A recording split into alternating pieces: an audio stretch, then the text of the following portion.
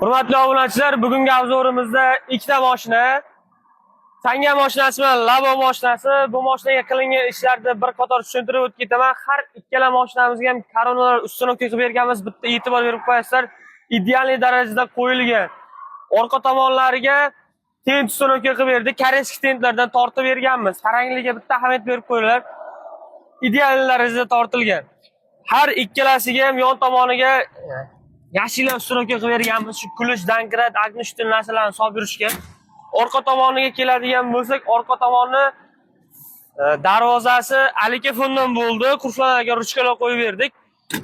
Ichki tomonni faneradan qilib berganmiz. Ular mashinamizning tepasi ochiladigan variantidan qilib berdik. Poliga finiskiy panel ustunovka qilib berganmiz.